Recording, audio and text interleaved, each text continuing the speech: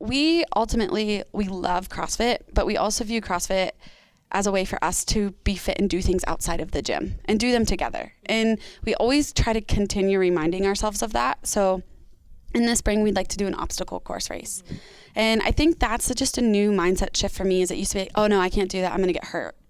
But it's like, well, why do I have all this fitness? So like, you have it to compete, but I think for me, it's like, I'll go to the games. I will do my absolute best. Like, I love to compete.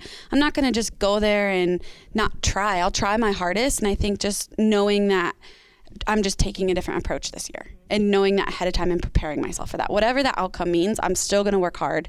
I'm just going to make sure that I'm not sacrificing my family, my body, and everything else in order to maybe get into the top 5 or the top 10 or whatever it may be.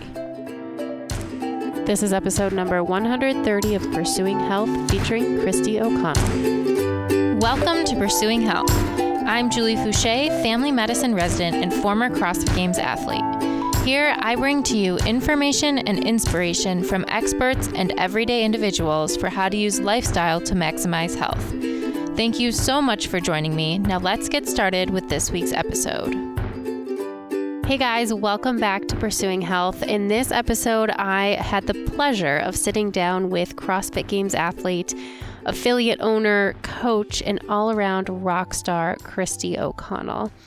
A little bit of background about Kristi before we get into our conversation.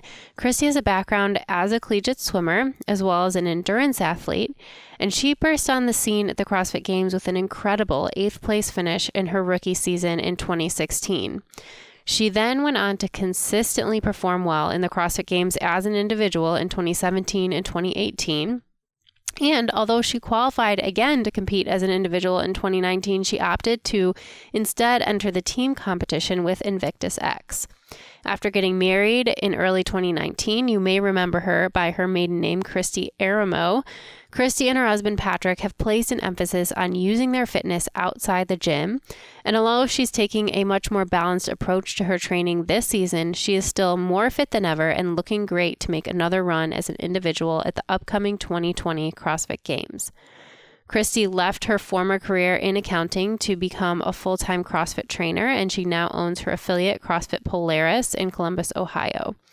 For her, fitness is a family affair, and she even had the opportunity to compete alongside her mom, Donna, who has appeared at the CrossFit Games in the Masters division on multiple occasions. So in this episode, Kristi and I sat down to talk about her background, her CrossFit Games career, the decision behind some of the changes in the approach to her training that she's made over the past couple of years, and what her goals are for the future. I hope you enjoy it as much as I did while I was talking with Kristi. Before we get into the episode, this is also a reminder that although I am now officially a doctor, this podcast is meant to share the experiences of individuals and does not provide medical advice. So with that, let's get started with episode number 130 of Pursuing Health featuring Kristi O'Connell.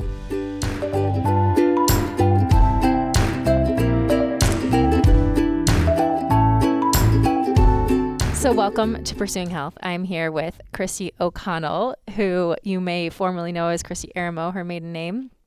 Thank you for sitting down with me. I'm super excited to chat. Thank you for having me. I'm pumped to be here. So we were just chatting about your name change because a lot of people, I think, in the CrossFit community still think of you as Kristi Eramo because that's how you were first introduced. But you've gotten married recently and You've changed your name, which is very exciting.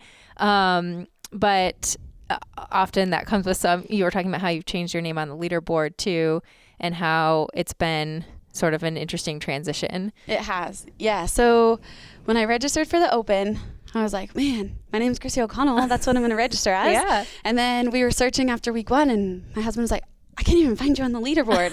So I had to email HQ. I was like, could you please add Eramo into, so now it's Kristi Eramo O'Connell on the leaderboard. But I think it was just really confusing for a lot of people. Right. They just didn't even realize I was doing the Open. But legally, my name is Kristi O'Connell and I'm very excited to be married. Yes. And so it's been a little bit of a change. It's such an interesting thing when you have sort of, when people know you through, sports or whatever as one name. And I went through the same sort of decision-making process when I got married, because I got married after I was done competing.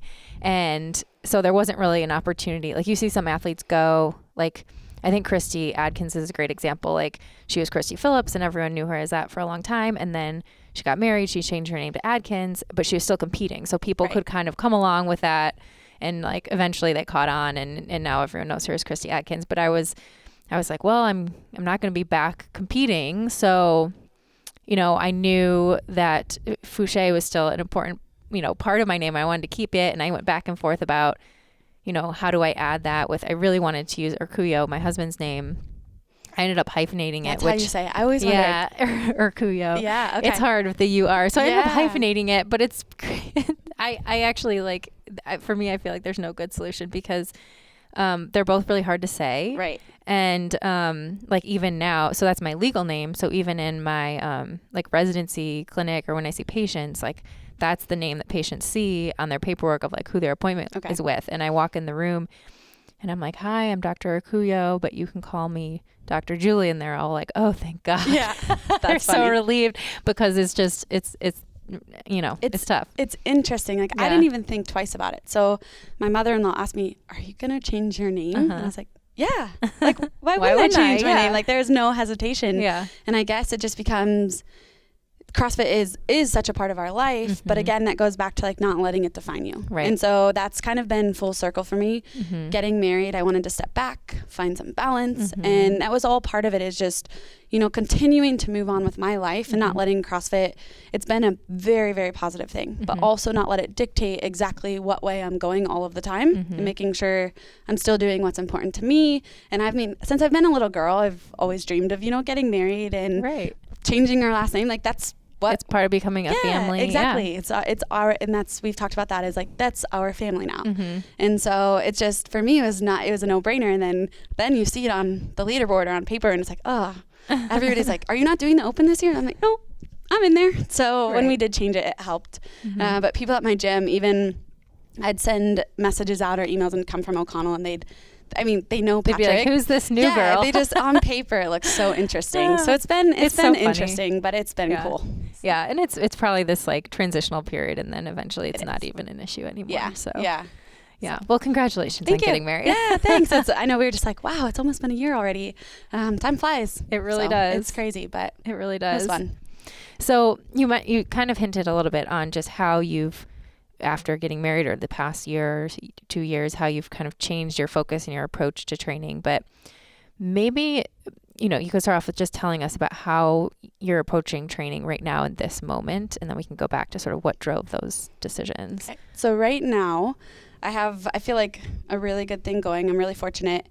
I've been meeting Dan Bailey and my husband Patrick every morning. And we meet at 8 a.m. We take Thursdays off. It's our active rest day.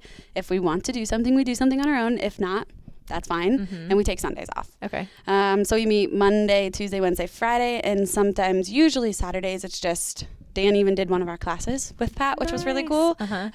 So it just kind of fits around the classes on Saturday at CrossFit Polaris. And do you guys usually meet at your gym or sometimes in Dan's barn? I saw you guys doing some workouts there. So we've met at both. The weather is changing in Ohio. So it's a little chilly. Yeah. So right now if you guys checked out his, I think it was 20.4. I saw you guys judging him. Yeah, and we'll get to that. But so right now we're meeting at CrossFit Polaris. It's warmer. We don't have to be outside. But we were doing, after the games, this is when this all started. It just kind of organically came about. Dan and I have been friends, and him and my husband have also been friends. And so they started. And then when I got back from the games, I didn't have a program, but I like fitness. I feel better when I sweat. I'm more productive in all of my life. Like I just feel better. And so I was like, hey guys, can I join the party? Because it was like the two guys working out. And they're like, I guess. So it became this really cool thing because we're all so different. So Dan is a sprinter. He has, you know, the fast twitch muscle fibers. He likes the shorter workouts. He loves the upper body stuff.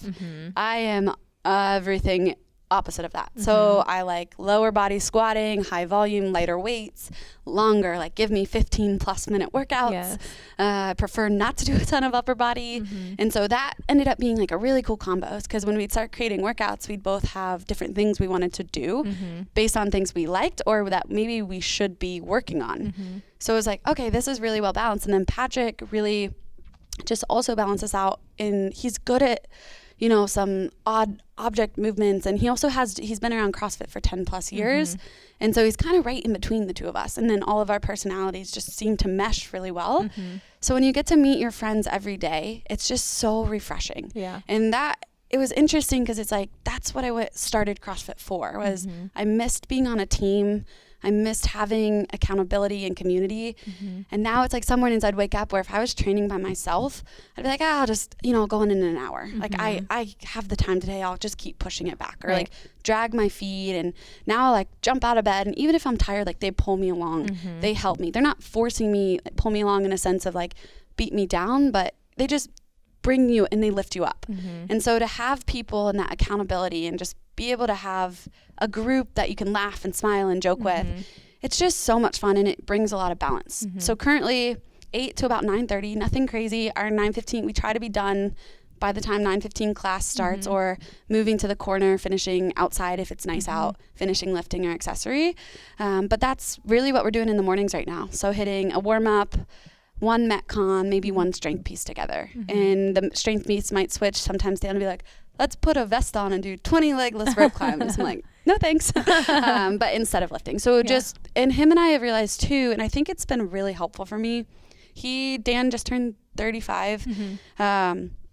We're not spring chickens anymore, right? So, and he always gives me a hard time because he tells me I'm so young. So I just turned 30. I'm turning 31. But me too. Yeah, When's your birthday? April 16th. So I've got a little bit. But yeah. It was a big sort of, I didn't think it was going to hit me like mentally as much as it did, but 30 is kind of like a big milestone. I had the same thing, and my sister kept being like, what? It didn't affect her at all. But I think the other day I was talking to my husband, like, age is just a number. Like, it's just a number. And it's taken me 7 months or 8 months to get to that point. But I think having him around also is beneficial because we don't have to kill ourselves. And so it's just giving me like it continues to give me a whole new perspective of having fun, finding balance, but still training hard, and also still being able to compete at the level because of the foundation that you've put in the years prior. So that's kind of where I'm at right now. And it's been fun. It's been refreshing. It's been something I didn't see coming. And I actually thought I would probably be exiting the sport more so than saying like, I'm going to do it again. So let's see how it goes, but with a different mindset. Yeah. And you did fantastic in the Open also. And thank you. Are you, going into this season, are you planning on doing sanctionals? Are you planning on team, individual? Like, do you have any specific thoughts about how you want to approach the season? Yeah. So we've started to think about it. I originally wasn't even planning to do the Open, but I did the games, and fortunate for me, I had Margot on my team, which was amazing. Like Margot, Sam, and Holden, they were all amazing, but the combination of Margot and Sam, they've been around for a while. Margot has such a good outlook, and they just left me feeling just so refreshed. Like I loved the sport again, or I loved what CrossFit stood for, the long-term health and wellness. Yes. And so I came back to my gym excited, more excited to help people and just with a new outlook, I think. And so when I got back, I was like, oh, I'm not beat up from the games. This is unusual. Normally I can't even think about fitness for 2 months. Right. And I was excited. And so I jumped back in with the boys. So it was kind of a combination of being excited about fitness, not being beat up, and then having Dan and Pat to be able to jump in with. And so it was kind of like a perfect storm for me. And then as the Open approached, my husband was like, should we just do it? I was like like, let's join Polaris and let's be part of it. And then as it got closer, I was like, I actually feel like I'm kind of fit right now. Like, let's see what happens. This feels good. Yeah. And so he was like, okay, like, let's go head down for 5 weeks. And I was like, all right, let's do it. Like, why not? Yeah. So, and it kept going very well. So the plan was initially just kind of do fitness because, I don't know, I like it. Then the Open came around, I did really well. So it's like, okay, just kind of reflecting on everything. I do miss being on the floor. I loved it. I know it's coming to an end. So I feel like I'm the healthiest I've probably been, knock on wood. And I'm able to balance, my family, being married, having fun with it, and still feel like I'm in pretty good shape. So I've decided if the video review should be going through. I haven't heard anything. So knock on wood, if I get the invite, I will take it. And then kind of relaxing throughout not relaxing to where I'm not doing anything, but again, not feeling like I have to beat myself into the ground, just continuing on the same path that we're on. And I am going to head down and do the Mayhem Classic. So after that, it'll just kind of be figuring it out. I'm not going to do Wadapalooza. Dan and I have talked about putting a team together just for fun, just to, again, continue this fitnessing with friends, a goal to work towards. And we're not totally sure, but we have a couple ideas. So it'd be Mayhem Classic, potentially a team event, and then probably train for the games for a little bit, but reevaluating what train for the games means also. Right. And I think, you know, with the changes in the qualification process, it's sort of this reassessment too that, you know, there's a lot up in the air, but if you have the opportunity then to qualify early, you know, there is time. You don't have to be necessarily pushing at 100% all year round, and to be able to use that time smartly so that you are feeling good when you're going into the games and recovered afterwards. Right. And I think that's the thing is everyone's like, oh my goodness, it's such a long season. And I think if you can have a plan and just make sure that you are not, nobody can sustain just going 110% every single day for 10 to 12 months. Like you just, your body can't, your body needs a break. Your mind also needs, for me, it becomes my mind as well. For sure. So Patrick and I so Patrick's my husband, we love to go, we just did a climbing trip about 3 weeks ago, rock climbing in the Red River Gorge. We take our dog, we go hiking, we do some trail running. And it's like, we love CrossFit, but we also view CrossFit as a way for us to be fit and do things outside of the gym and do them together. And we always try to continue reminding ourselves of that. So in the spring, we'd like to do an obstacle course race. And I think that's just a new mindset shift for me. Is it used to be, oh no, I can't do that, I'm going to get hurt. But it's like, well, why do I have all this fitness? So like, you have it to compete, but I think for me, it's like, I'll go down or I'll go to the games. I will do my absolute best. Like I love to compete. I'm not going to just go there and not try. I'll try my hardest. And I think just knowing that I'm just taking a different approach this year and knowing that ahead of time and preparing myself for that. Whatever that outcome means, I'm still going to work hard.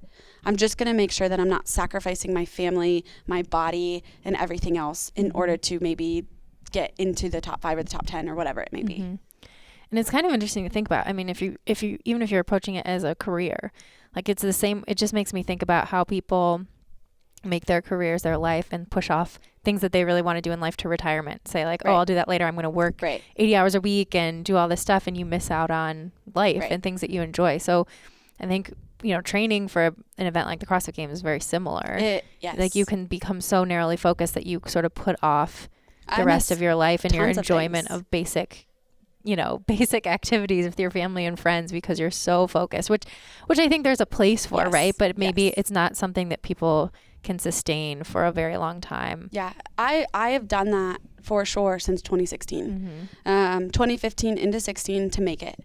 I was head down, all of our chips were in. And that was an awesome year. And I would not take that back for anything. I think what you have to evaluate is as you grow and your life changes, is it still the right answer for me? So I think that I'll be very happy to be on the floor. I think I'll have a new perspective knowing, you know, my time, I said that last time, but my time is coming to an end. Eventually it's coming, like you can feel it. And so I think just giving back more to my gym and not being just in the corner into where people are scared to come up and ask me a question because they don't want to interrupt my training. There was a time and a place for that, and I needed it, and it's, you know, gotten me to where I am today. But I just feel like you said 30 for me is a very interesting time, and I think I've just started to evaluate and reflect on things, and I can feel things changing, and I want to figure out a way to, you know, stay involved in that competition aspect or sense, and then be able to be part of my gym. And that's just balance, and it's not easy.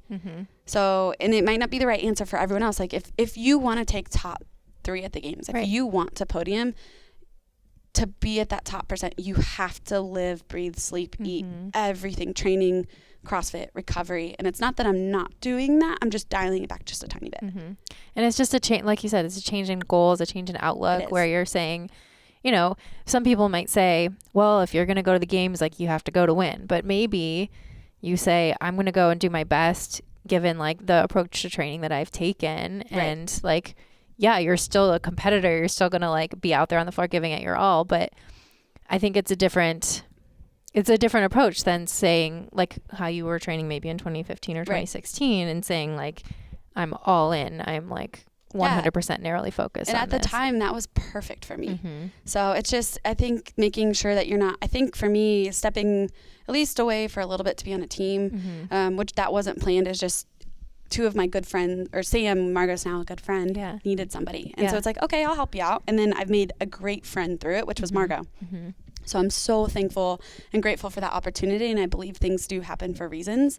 They've showed me other ways to look at things, because I was a head down and just grind. Right. And my body, like I could feel it, and it was wearing on my mind as well. So instead of being run out of something, I'm refreshed and coming back in with a new outlook. But that leading into the games, it'll take a lot of mental preparation on my part as well to know this is how I'm preparing. This is a different approach, right? So it's not going in and approaching and preparing one way and expecting the same result that I've gotten in the past. Right. The result could be different, and I need to be okay with that. For sure. And I remember when you made that announcement last year after you had qualified as an individual, and then it kind of came as a shock, I think, to a lot of people, like, wow, she qualified for the games, and now she's saying she's not going to take the invite, and she wants to just, take care of herself. So can you talk about where your mind was at that point in time, and what led you to make that decision? Yeah, I just felt like I was doing it for all the wrong reasons. I was doing workouts for other people. I was doing it because it's what I had done for the last 4 years. Is like, okay, this is what I do. I train for the Open. Okay, I go to regionals. Okay, I try to qualify for the games. Okay, I train for the games. Okay, let's do it again. Yeah. And I don't feel like I got into it and I was like, at first, I love this. Like, this is so satisfying and this is what I want to do. And then it's like, okay, I'm good at it, so I'm doing it. And then I felt like I was doing it for other people, and I completely lost my fire and my reasoning of even wanting to get started in the beginning. And that was a really terrible feeling. It's like, I'm waking up and I'm putting in a lot of work, but I don't feel like I'm ever fully into it. Like there's a piece of me that wants to explore of like, okay, what's next? Or how can I help my gym more? And it's like that fire felt like it was slowly dwindling. And I think just not having those reasons of why I personally am doing it is like, when you're in a dark place, you have to know that you're all in and you want to continue in that workout. And that's where I would just kind of feel myself like, man, I just can't push the same. Like, I don't enjoy this anymore. And I think it was more of just losing myself and losing my why. And also hormonally, just making sure I was dealing with, as females, sometimes eating a lower fat diet, trying to be as lean as possible. That's not always best for us.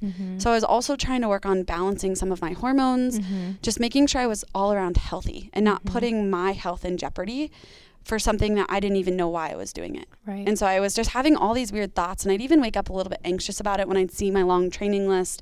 Because it was like, you have this whole list if you want to check the boxes, but am I just checking the boxes, and why am I checking the boxes? And I couldn't answer those questions. So that was the reason I was like, I need to step back. And my husband, I don't think he could believe it. And he still jokes. He's like, I knew we'd go back eventually. But he's fully supportive because we're working as a team. And I felt like we just also weren't communicating, and he was fully supportive of me doing it, but I think he could tell that there was something, it wasn't the same. Yeah. I was missing something. For sure. Yeah.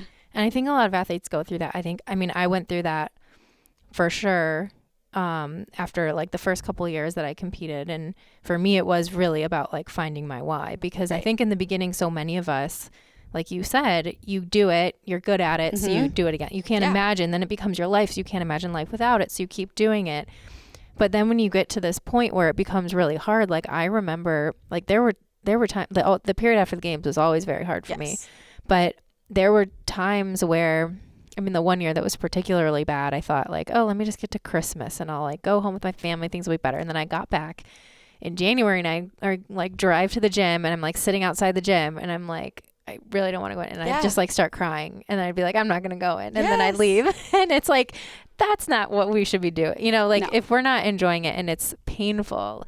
And so for me, it really was about like stepping back and realizing the why. And once I realized that, it became a lot more fun again, and I wasn't crying all the time, and it was better. Yeah. And so I think, for you, it seems like a lot of the same thing happened, where you realize why you do this, and you want to make it fun, and you want to make sure that you're doing it for the right reasons. And once that falls into place, like it seems it has this past year, you're enjoying it again. Yeah, exactly. And I think that enjoyment is just so key not to lose. And so that's what I've been working on with my members also at CrossFit Polaris, is like, long-term health and wellness. Like let's Yes. let's not view this as 2 weeks from now, but I want you to want to come, and I don't know, just building the accountability, and you're not doing this for me. Like don't feel like you have to come to the gym for me. Like I want you to come for you.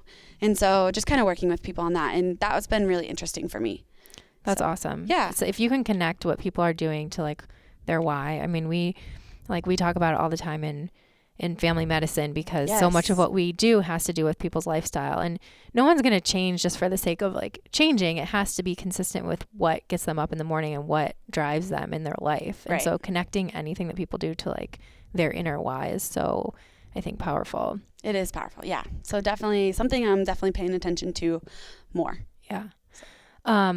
And I want to go back to what you talked about with the hormonal sort of changes, because I think that's one thing I realized too after I was done competing, and I finally had this like period of time where I could like relax, and I realized exactly at what level of stress I had been operating at for so long. And I'm like, wow, you don't realize it because you're in it, but then when you step back and this huge weight is lifted off your shoulders, you realize the impact that stress, that like chronic daily worry about getting all your workouts in and getting your nutrition and getting enough sleep and all these little things can weigh on you, and how important it is to balance that stress and help your body get into like more of a relaxation mode, and how important that is for like, your overall health. Right. I still struggle with it a little bit. Oh, me too. I think it's the type of people who do CrossFit. Like inherently we are people who like to be high intensity. Yes. Amanda Barnhart and I have been talking about that all weekend. It's like, we have so many similarities. My husband's like, this is crazy. And it's like, maybe this is why we've both been successful. It leads to success for sure. Yeah. Yeah. And so I think just, operating under that high stress, I notice it in my mood. I was also taking birth control for a long time. So I worked myself off of that. I'm taking a more holistic approach with everything.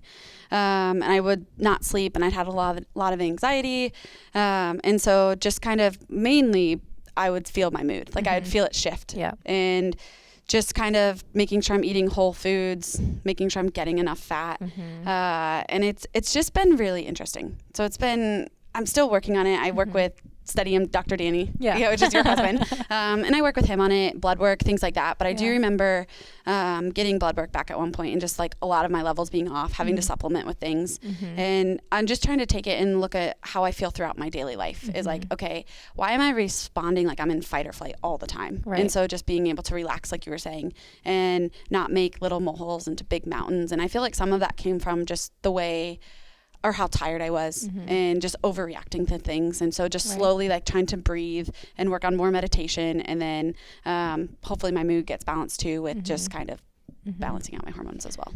Yeah. And doing, like we said, the people, whether or not you're competing or you're just doing CrossFit for fun, I think the people who tend to be drawn to CrossFit and high intensity are people who are also doing high intensity in the rest of their life. They're working a lot, they have kids, they have families, they're doing a million different things. And so for so many of us, like we haven't built in a lot of time for that rest and digest to be able to actually turn the switch off. And even if it doesn't have to be a lot of time, but just like regularly being able to get into that place is so important.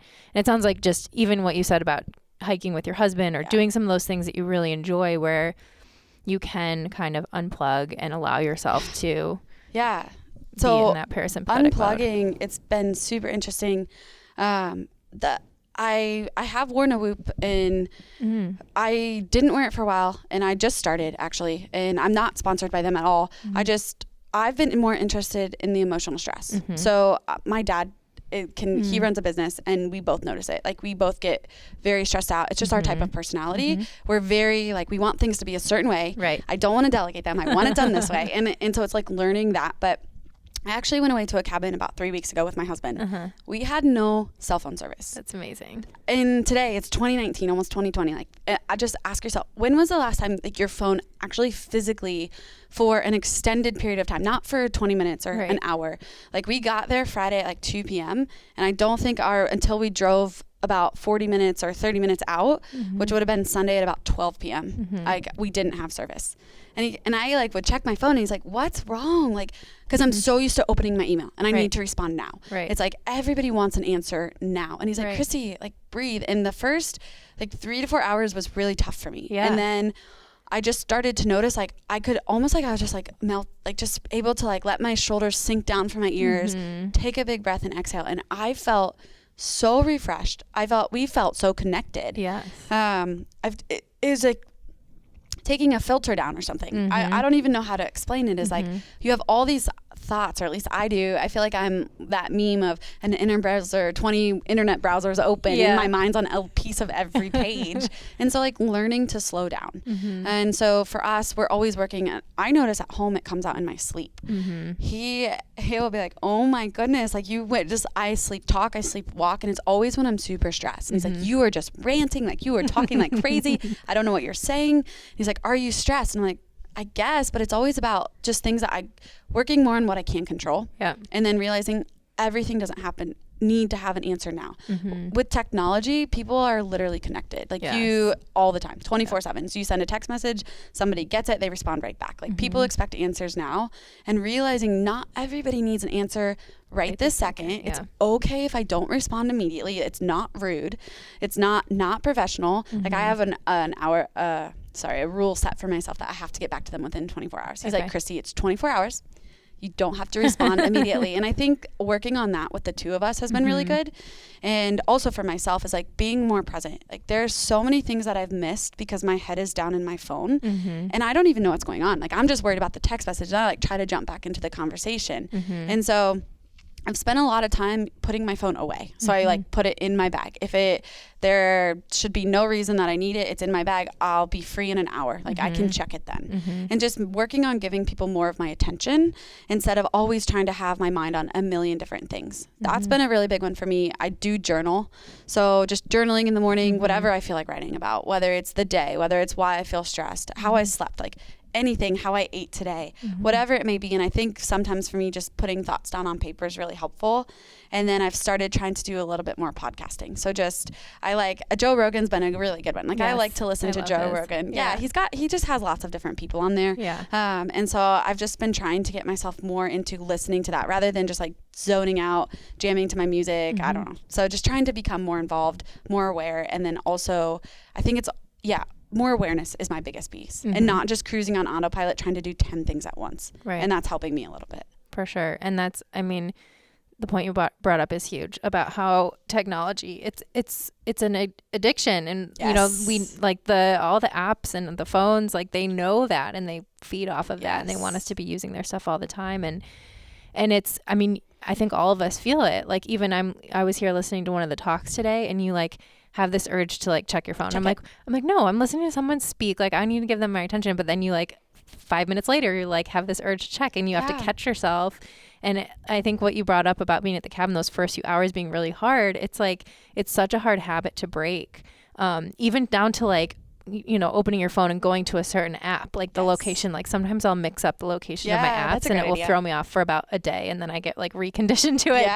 But you realize, I heard one person had a great idea of switching like their Instagram app for like a meditation app, which, you know, works for a little bit until you relearn where to go for Instagram. But it's just the awareness that you brought up is so important. Like we know, just being aware of these things and how they're impacting our behaviors and our mood and having ways to like know how to unplug is so important. I think with that too, like the mood piece, I think there's a direct connection between my mood, especially when I was competing, leading up to a competition and being on Instagram. I'd be like, oh my gosh, Patrick, did you see? And he's like, Kristi, anybody can do something for 5 seconds. Right. And so he actually would like hide my app from me sometimes, or he'd just be like, no, like you're off. Like don't get on it. And I'd stay off of it leading up to the competition, but I still do that. Is like, we are constant, nobody's posting about their hard times, about things behind closed doors. Like everybody is making themselves, everyone looks perfect. And so then you like start to doubt what you're doing. And so it's like, one other thing that I've worked on is just being confident in what I believe in. Is it a yes for me? Is it a no for me? If it's a no, that's okay. Like maybe somebody else doesn't agree with that, but stop worrying about what everybody else is doing and focus on yourself. And so that's another piece for me that I think helps my stress is like just going internalizing, or not internalizing, but looking inside of myself and thinking like, okay, what does Kristi want here based on my morals and my values and my integrity and things like that, and not just trying to keep up with everybody. And so that's been a really interesting one to, as I get older, to become more aware. It's just going down that dark hole of social media because we do have to be on it. You know, sponsors will require certain certain things, or just staying involved, staying connected. Like you're running a business. I mean, running a business. Yeah. Yes. Oh my gosh. Yeah. So, and that's how a lot of people get their news these days. I ask people, how'd you hear about us? Facebook, Instagram. I'm like, okay. And so that's where we're putting things out. So I am on there, or that's where our members interact with each other. We have Facebook groups and they love it. And it's so much fun. But then the reason I get on Facebook is to do that. But then I'll like see a notification. I'll get sidetracked and I go down this hole. I'm like, nope, I'm getting on to talk to my athletes and then and my members at Polaris, and then I'm off. Like I don't need to waste 30 minutes scrolling. What else could I have done with that 30 minutes? A lot of things. Right. So yeah, it's so eye-opening to see now that you can check the screen time that you're spending. It's, oh my gosh. Yeah. I look at that and I'm like, think of all the other things I could have been doing. Yeah. But anyways, can you talk about how you got into CrossFit? Yes. So CrossFit, it's always fun to think about.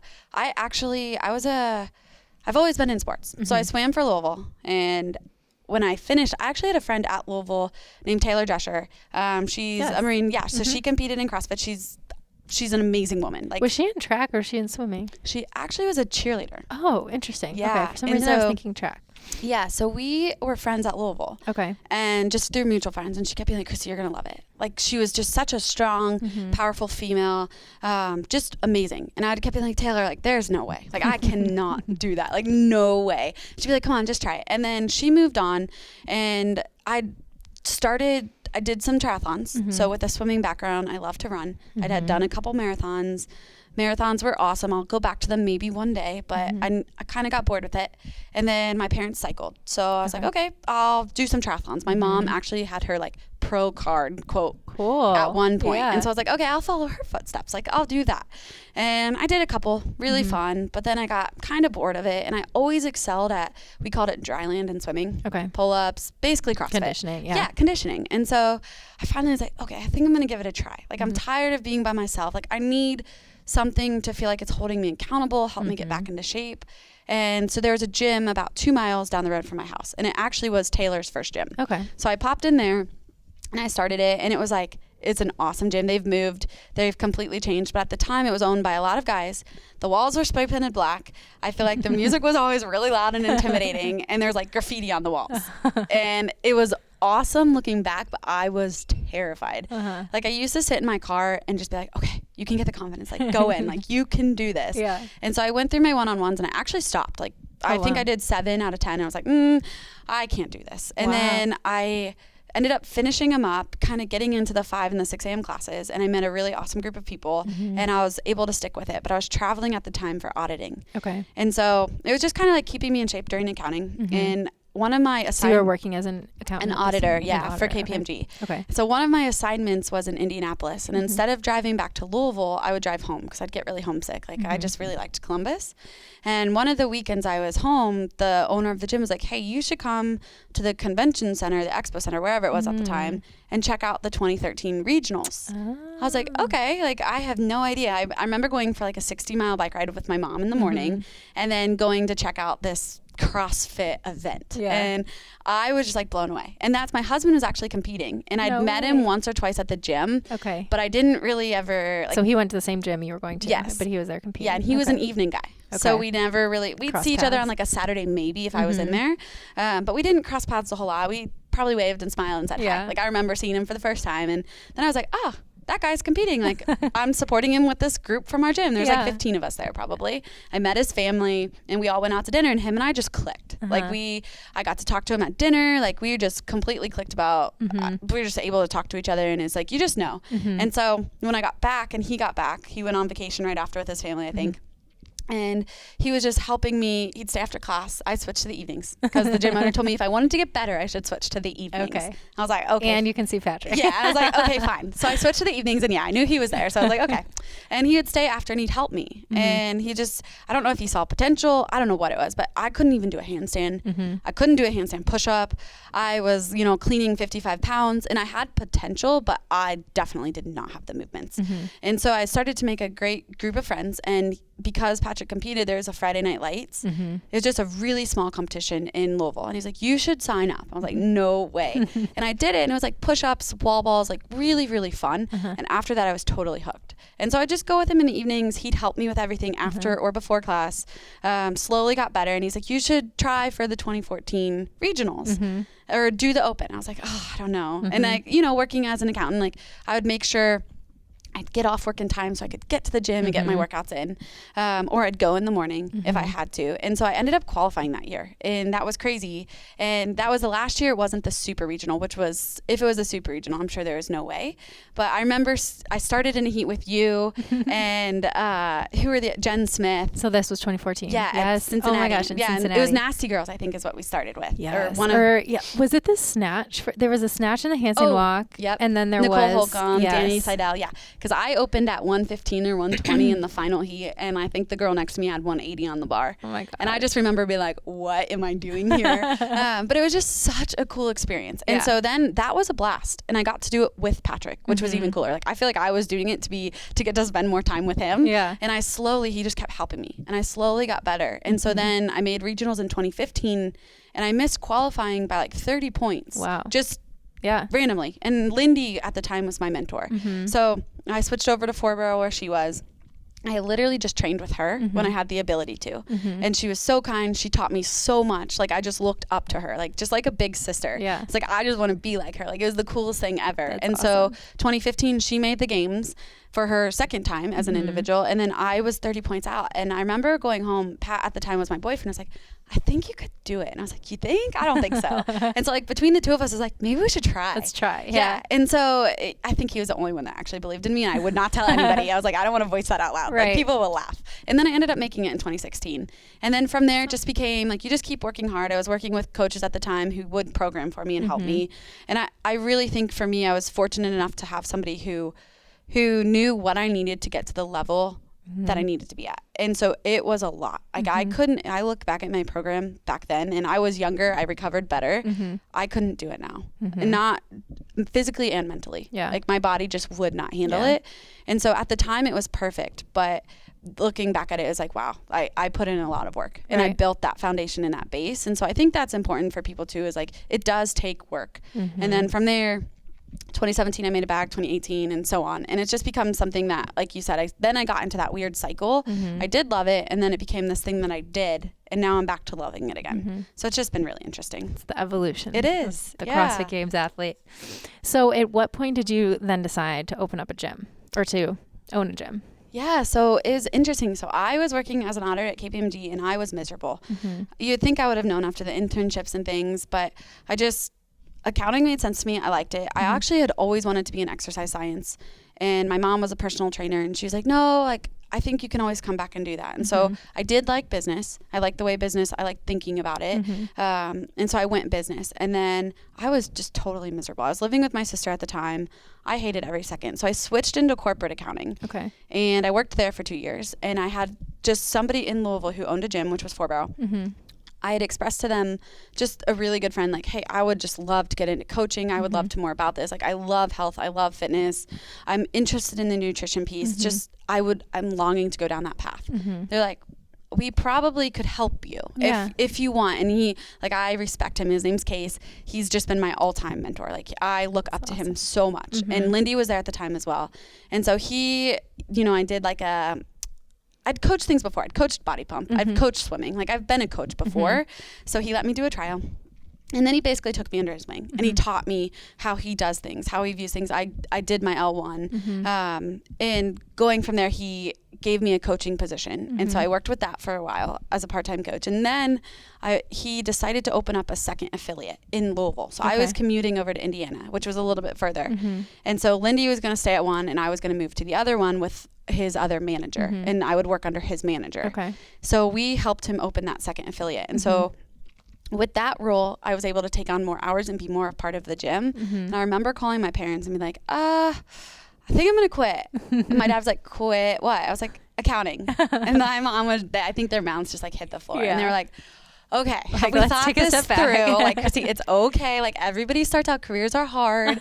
Like, you have to get through the stepping stones. And it's like, it's just, they know I love fitness though. Like, I always have. And so we worked through it, and they were like, you know what? We will support you with whatever it is you want to do. Yeah. And then in my head, I'm like, being a numbers person and an accountant and being very safe, I'm like, oh my gosh, like, this is a major pay cut. Like, what am I, can I support myself? And like doing all the pros and cons. This is a huge risk that I would normally never ever take, but Patrick was supporting me in the sense of like, you can do it. Like, you don't have to follow this path if you don't love it, but the longer you follow the path, the harder the change will be. So if you want to make the change, do it now. Yes. And that was ultimately, I think, what it came down to, is like, I probably would have stuck it out another 5 years and then been like, man, I'm miserable. Why didn't I ever go back? And then it's like, well, I've already committed this far. I'll just stick with it. And so he, I think, was a good driving force to have. And then when my parents supported me, it just all worked. And so I actually quit the accounting job, went to working at the gym, and then worked at Starbucks. So I was opening Starbucks at 5 a.m. I was working 5 to 11. I'd have to be at Four Barrel usually by 12. And I'd be there from like 12 to 8. And in between there, I'd squeeze in one session of training, maybe a second quick one if I could. That was pretty much my daily schedule the first year I made the games. And I did that because I knew I wanted to be involved in fitness, and I loved it so much. I was willing to do whatever it took to be able to switch career paths and take that one.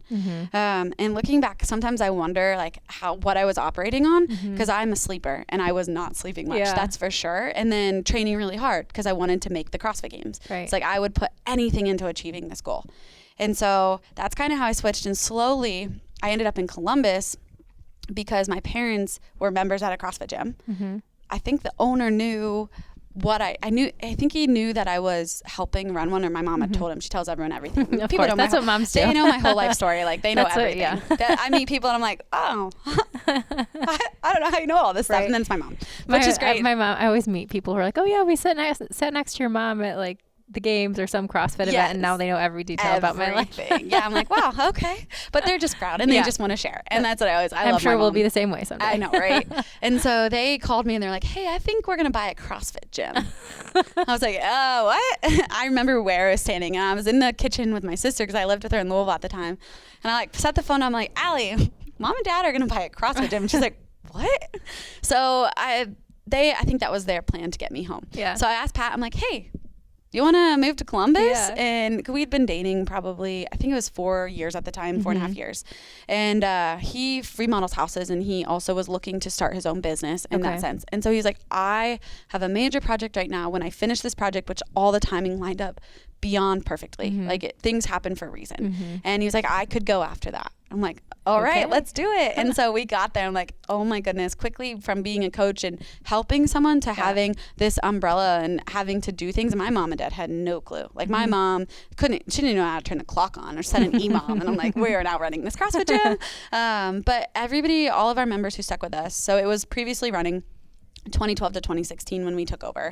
We are so blessed and so fortunate to have such a great an amazing community. We are so grateful. So they helped us, they guided us, the coaches who were already there, they took our hand, they welcomed us. That's amazing. And it's slowly morphed and changed. We all now have our roles, but now that's officially what my husband, so we put the affiliate in our name as of this year. So it's officially ours, which is exciting.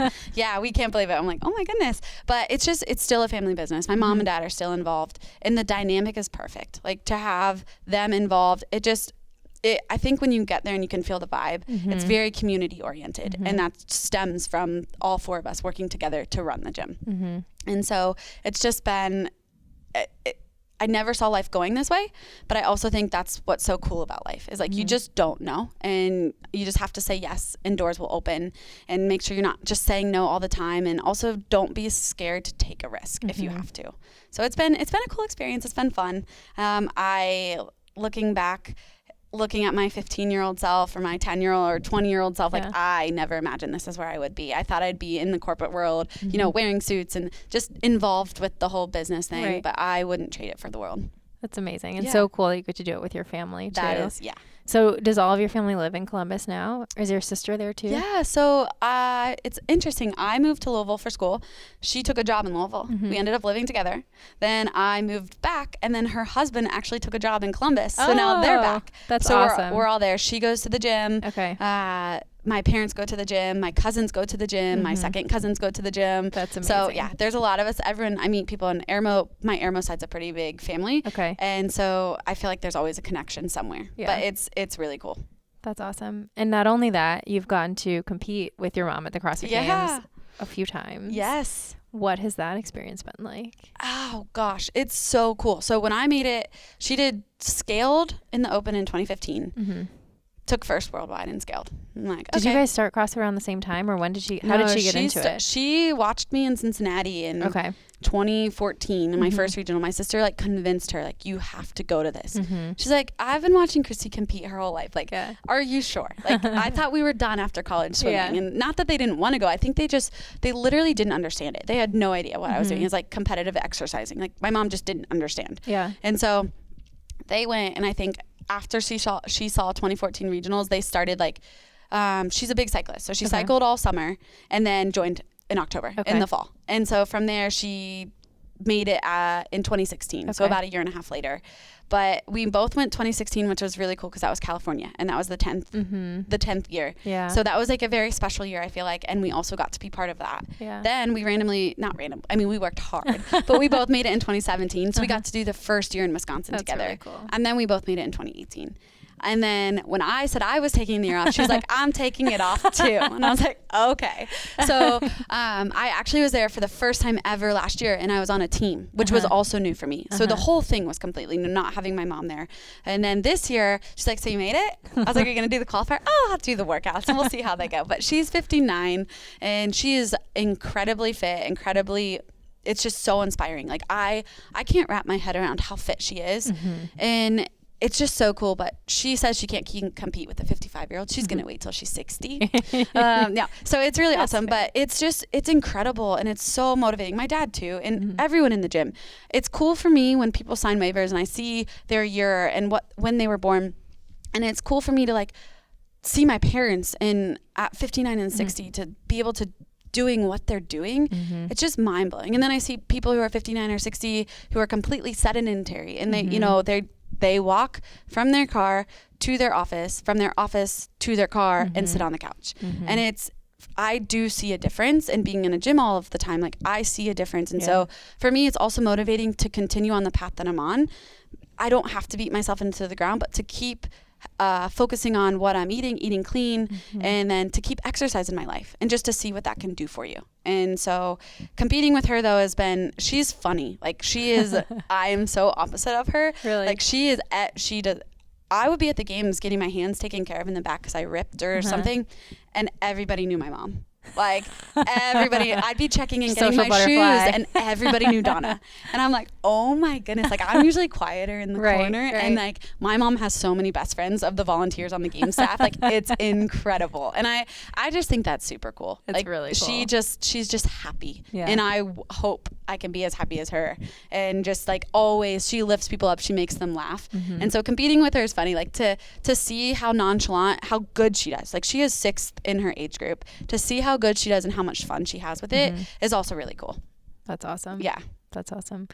What was it like competing on a team last year? So after you made that decision, kind of coming back, and you qualified as an individual, you posted and said, I'm not going, I'm declining my invite. And then this opportunity came up. Like you said, you kind of were open to the opportunity. Your friends needed some help. And then you actually went to the games. Yeah. What was that like?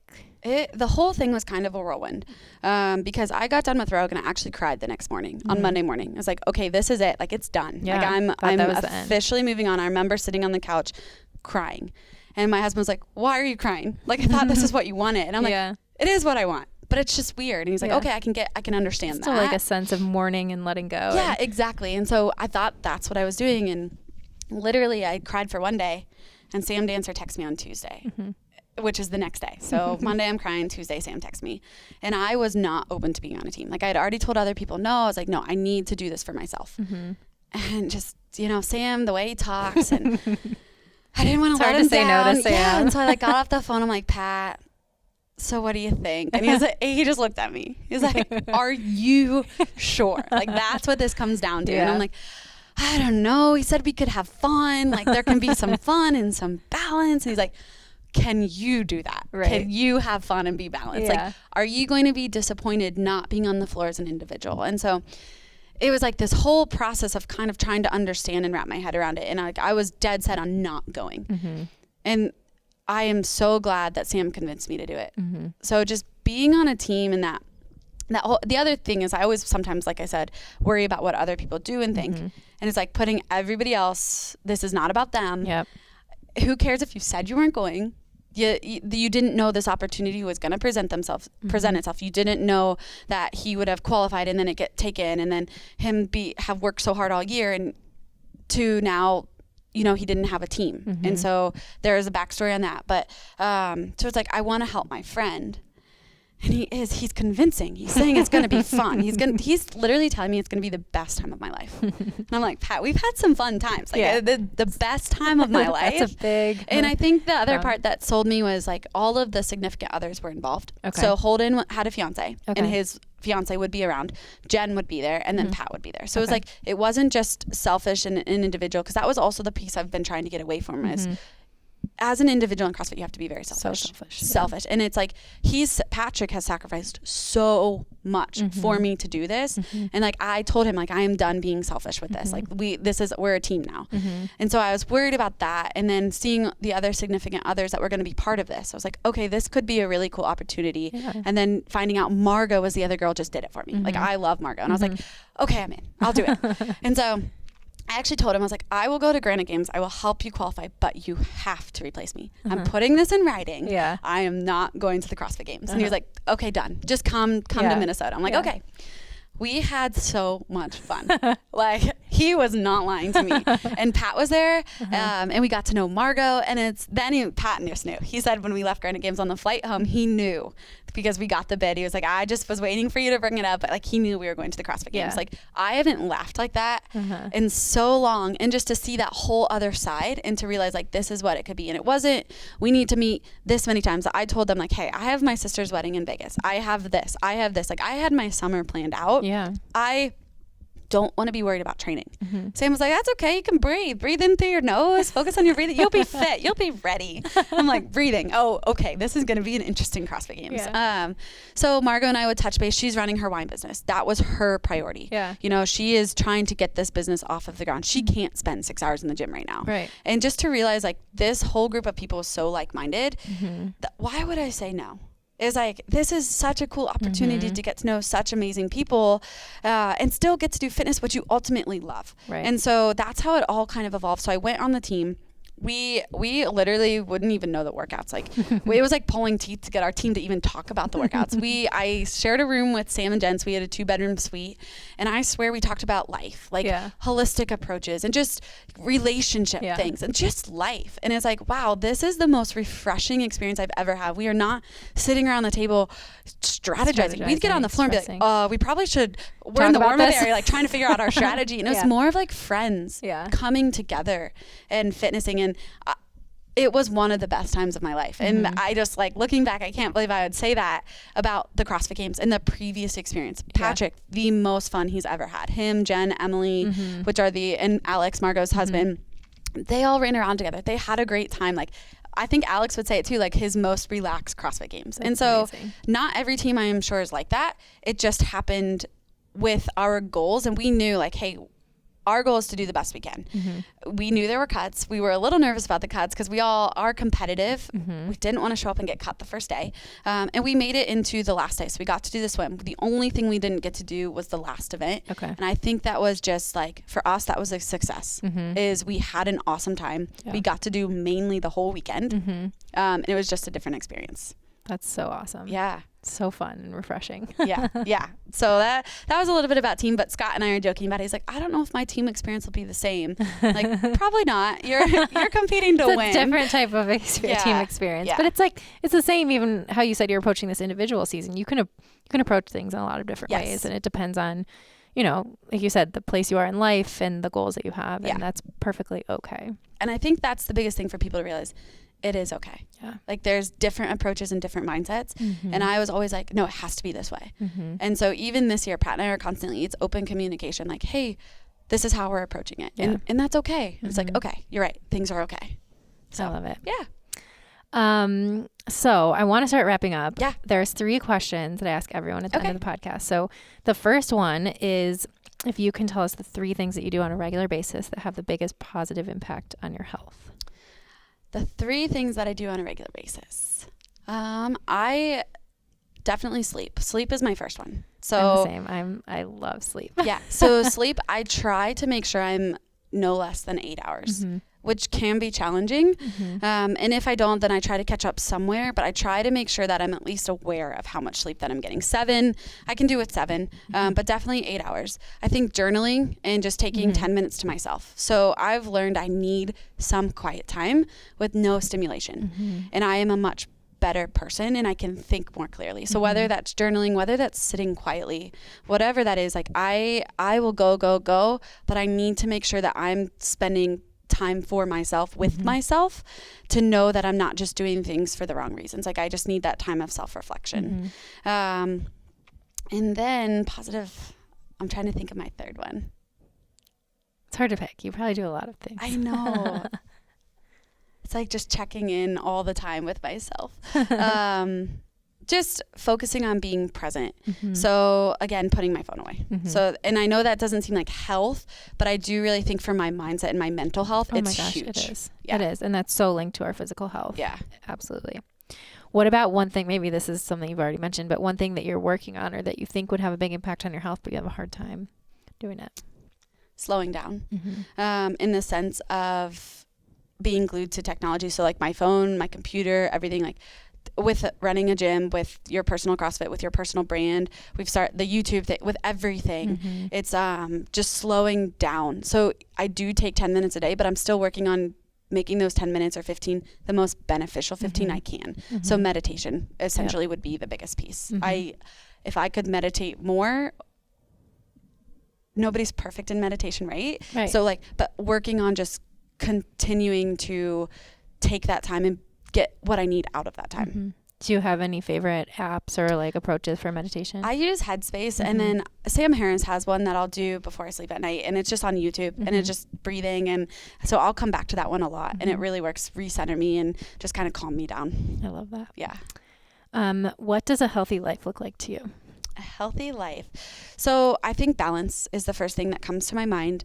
But a healthy life would be just relationships and connection. So making sure, I think as people, we're meant to make relationships. We're meant to be connected to people in the sense of like just not closing everybody off, right? So I want to stay involved, but also getting good sleep, eating clean, healthy, whole foods. So limiting processed foods, whether that means you count or not. I don't believe in counting all the time, but having an idea of how much you're ingesting. So what your portion size looks like, what you're putting on your plate. So sleep, nutrition, that comes with water, making good connections with the people around you and your loved ones, and then exercise. So making sure that it doesn't have to be an hour workout. If you can get 10 minutes a day, like I've used your trick of starting my morning with burpees, right? And just burpees, or I have a rower in the basement in 5 minutes, or going out for a walk for 5 minutes. Like it's amazing what just 5 minutes can do. Oh, for sure. It can turn your whole day around. Yeah. Absolutely. I love it. So obviously people can find you through CrossFit Polaris. I know you've also started a YouTube channel, which is super fun. I've watched some of the videos. So, I mean, what kind of stuff are you putting out there? What are you hoping to like show people through that channel? Yeah. So YouTube, I actually was really hesitant to do it. A lot of people in my gym pushed me to do it. So I'm really excited. I like to show people you can have balance, you can have fun. It doesn't have to be so rigid. It doesn't have to be so serious, but to do things with your friend, to enjoy it, your friends, and to just try to enjoy it. The whole kind of thing we talked about earlier, finding the balance and the purpose. And then I'm trying to put out some of the meals. I know people ask me all the time, hey, what do you eat? I don't eat perfect. I try my best. But if I find something that's quick, easy, I love it, I want to share it with people. So just sharing things I enjoy.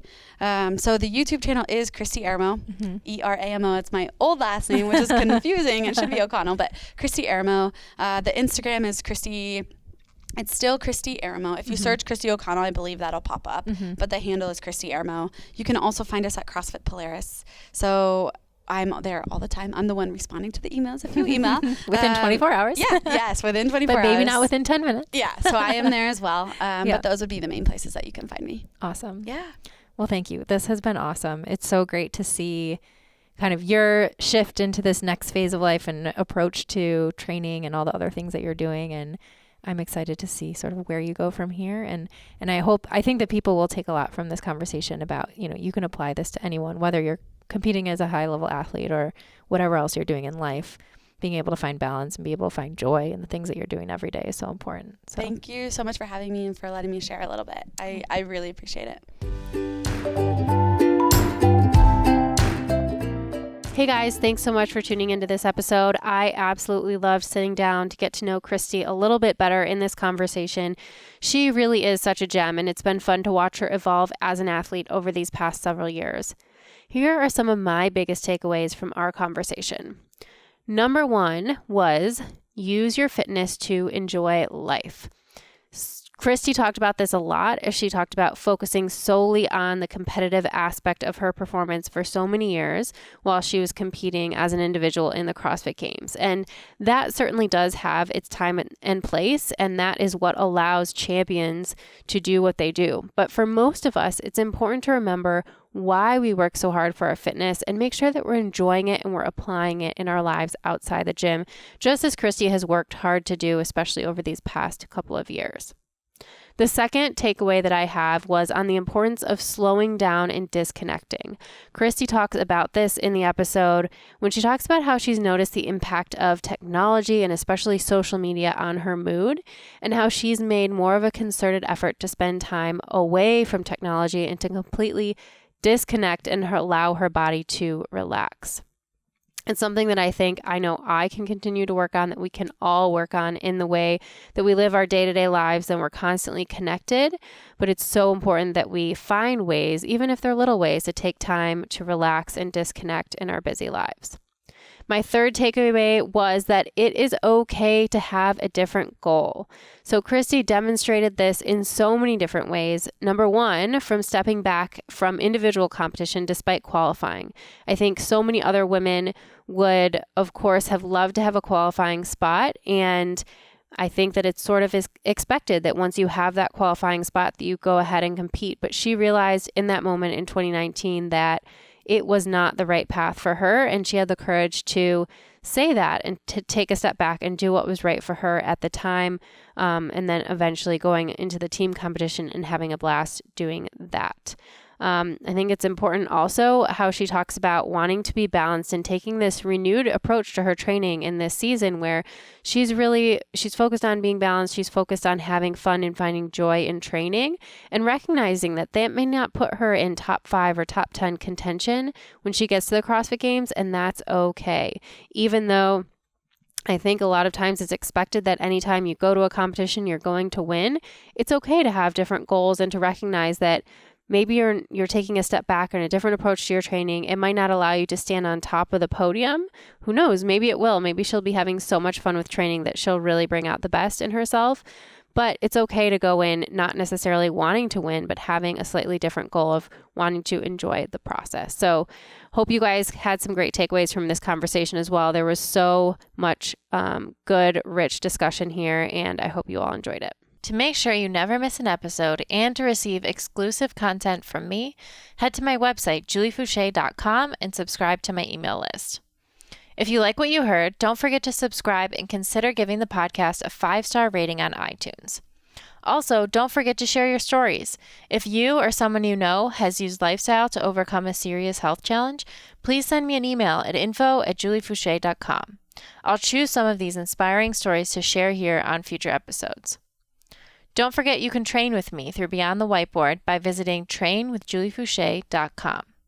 Thank you again so much for listening, and I'll catch you next time on Pursuing Health.